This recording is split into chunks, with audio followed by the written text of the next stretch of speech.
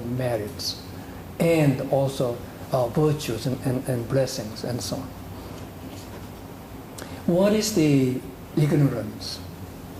In Sanskrit called avidya, ignorance. What is ignorance? Delusions, ignorance.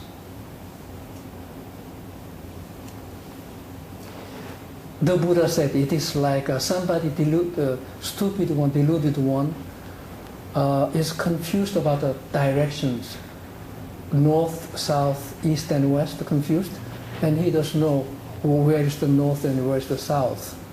Especially when you are lost in the forest, then if you don't know where is the north and south and so on, just like that, deluded people are simply deluded on what is right and what is wrong, what produces pain, what produces pleasure, and so on. They are totally deluded.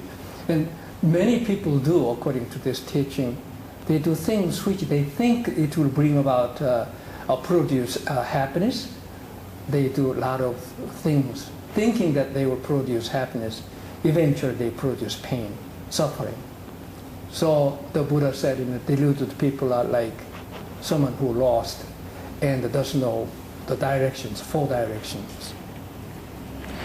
Also, the deluded people take the 4 grades. 4 grades are earth, air, water, and fire. One's own body is more than the 4 grades, and also the object of 6 senses. So it's a color, sound, smell, taste, and the feeling, and ideas in your mind as true shadow of the mind. Now this is a little technical. Deluded beings take the color, sound, and so on, the 6 sense objects as the true shadow of the mind, which is not. That's the point. Also, those deluded people see the flowers in the sky when there are no flowers, and they also see 2 moons, double moons, when there's only one. This is the nature of the diseased mind. That's what the Buddha says. And then thereby they are attached to things in the world as if those things are real. Okay? And that is the cause of all the troubles in the world. Therefore, you have to be enlightened to your original nature, which is perfectly enlightened, marvelous mind. Remember, when deluded beings see the flowers in the sky, and when they disappear, a sky does not disappear. The nature of the Buddha's enlightened mind is like empty sky. Nothing disappears. Only deluded beings. And also deluded beings, when you dream, you take things or people in the dream as real until you wake up. As long as you're dreaming, whatever you see in the dream is real, especially when you have a nightmare. Clara, have you had any nightmare? No nightmare? Ever? Yeah. Look how real those things in the nightmare, right? Oh yes. And until you are awakened. Deluded beings take this world as real, just as when you are dreaming, you take things in the dream as real. And if you are enlightened to the ultimate truth, you realize emptiness. So in Buddhism, that emptiness is emphasized, meaning nothing has its own inherent existence. Now, what is the difference between WonBuddhism, one Buddhist teaching of the circle, emptiness, and the traditional Buddhist teaching is this. In WonBuddhism, Hawaiian Buddhist teaching is somehow synthesized with the Nagarjuna's emptiness, so that this world, even though none of the things has its own inherent existence, they just come and go. However, every moment is the moment of expression of the Buddha's mind every moment. So through the beautiful colors of the flowers, leaves, and through the sound of the birds and the water flowing in the brooks and rivers, you hear the sound of the Buddha, sound of the Buddha's mind.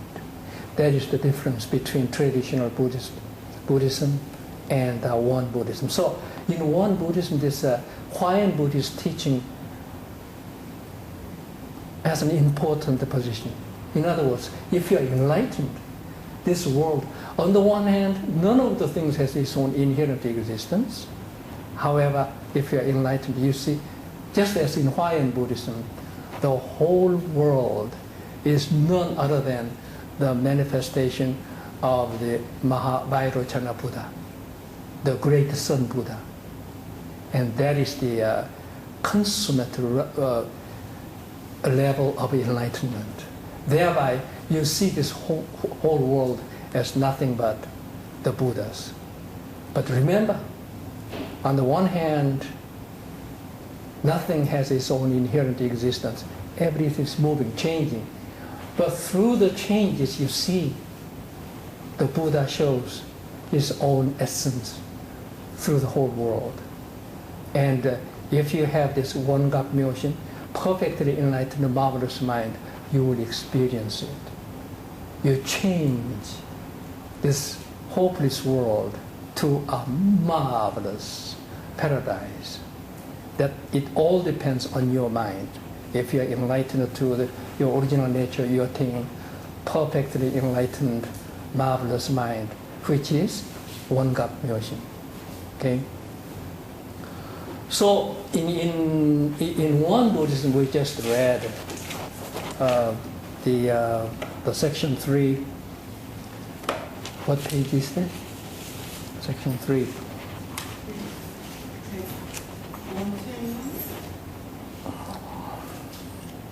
120? 120. Oh yes. Look, it's very short, but it's very important.